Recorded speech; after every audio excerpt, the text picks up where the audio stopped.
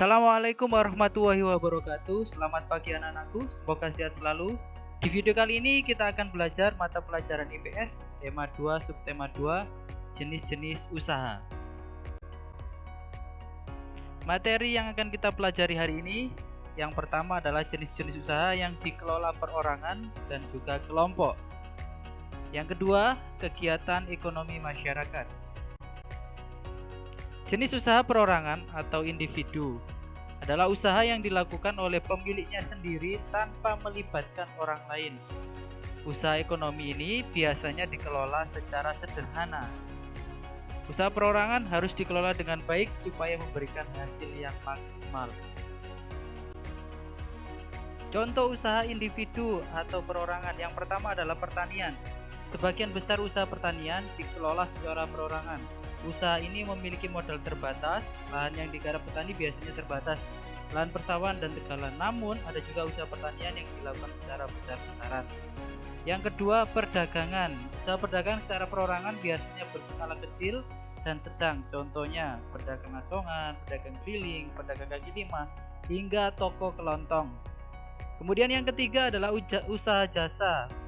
Usaha jasa secara umum dikelola secara perorangan, misalnya fotokopi, bengkel, potong rambut, kemudian penjualan pulsa. Dan yang keempat, industri kecil. Industri kecil yang dikelola perorangan merupakan industri rumahan. Contohnya usaha kerajinan tangan, usaha pembuatan keramik, usaha pembuatan anyaman, dan lain sebagainya. Kelebihan dan kekurangan usaha perorangan. Kelebihan yang pertama, pemilik dapat menikmati keuntungan seluruhnya karena tidak dibagi oleh orang lain. Kemudian yang kedua, pemilik dapat mengembangkan usaha sesuai dengan keinginannya. Yang ketiga, pemilik dapat mengambil keputusan dengan cepat. Yang keempat, tidak tergantung kepada orang lain dalam mengatur usaha. Sementara kekurangannya, risiko dan kerugian ditanggung sendiri oleh pemilik usaha, modal dan kemampuan yang dimiliki terbatas, kreativitas dan jenis barang yang dihasilkan terbatas, kekurangan tenaga kerja. Itu yang terakhir. Yang kedua, jenis usaha yang dikelola kelompok. Usaha yang dimiliki dan dikelola oleh lebih dari satu orang. Usaha kelompok memiliki modal yang besar yang berasal dari beberapa pemilik sehingga menghasilkan barang atau jasa yang beragam jenis. Yang pertama adalah firma. Usaha ekonomi bersama yang didirikan oleh sekurang-kurangnya 2 orang atau lebih yang sudah saling kenal. Setiap anggota memiliki hak untuk bertindak dalam keanggotaan firma. Anggota bertanggung jawab penuh atas risiko kerugian firma. Yang kedua, persekutuan komanditer atau CV. CV memiliki anggota pasif dan anggota aktif. Anggota aktif adalah anggota yang menanamkan modal serta menjalankan kegiatan usaha.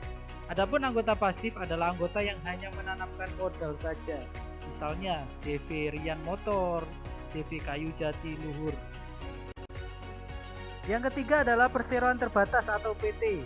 Usaha bersama yang modalnya berupa kumpulan saham. Saham diartikan sebagai bukti kepemilikan suatu perusahaan.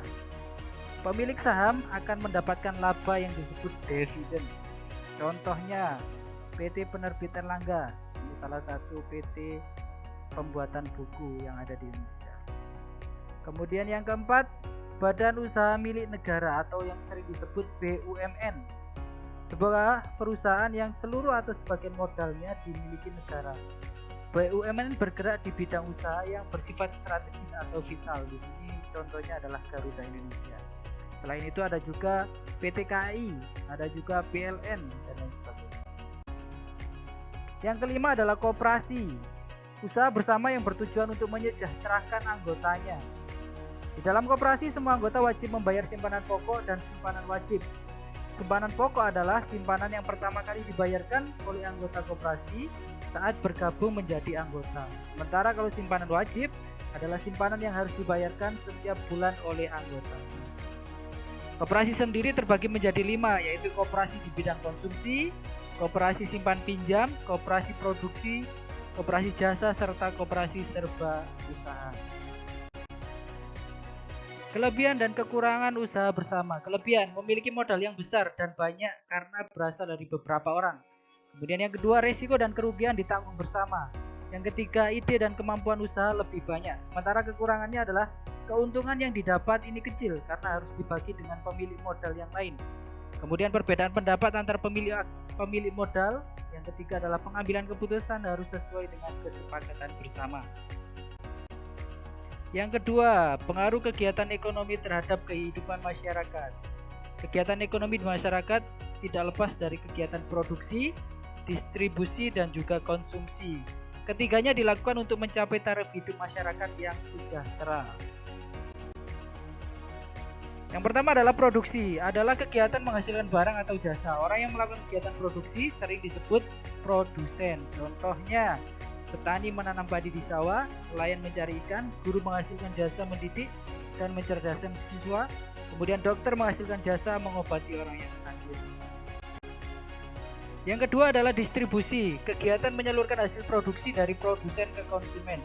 Orang yang melakukan kegiatan distribusi disebut distributor.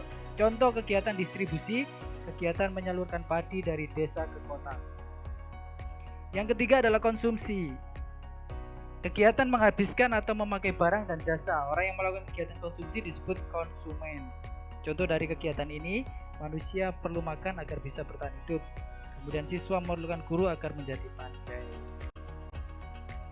Alhamdulillah, semoga apa yang Ustaz sampaikan bermanfaat. Terima kasih. Assalamualaikum warahmatullahi wabarakatuh.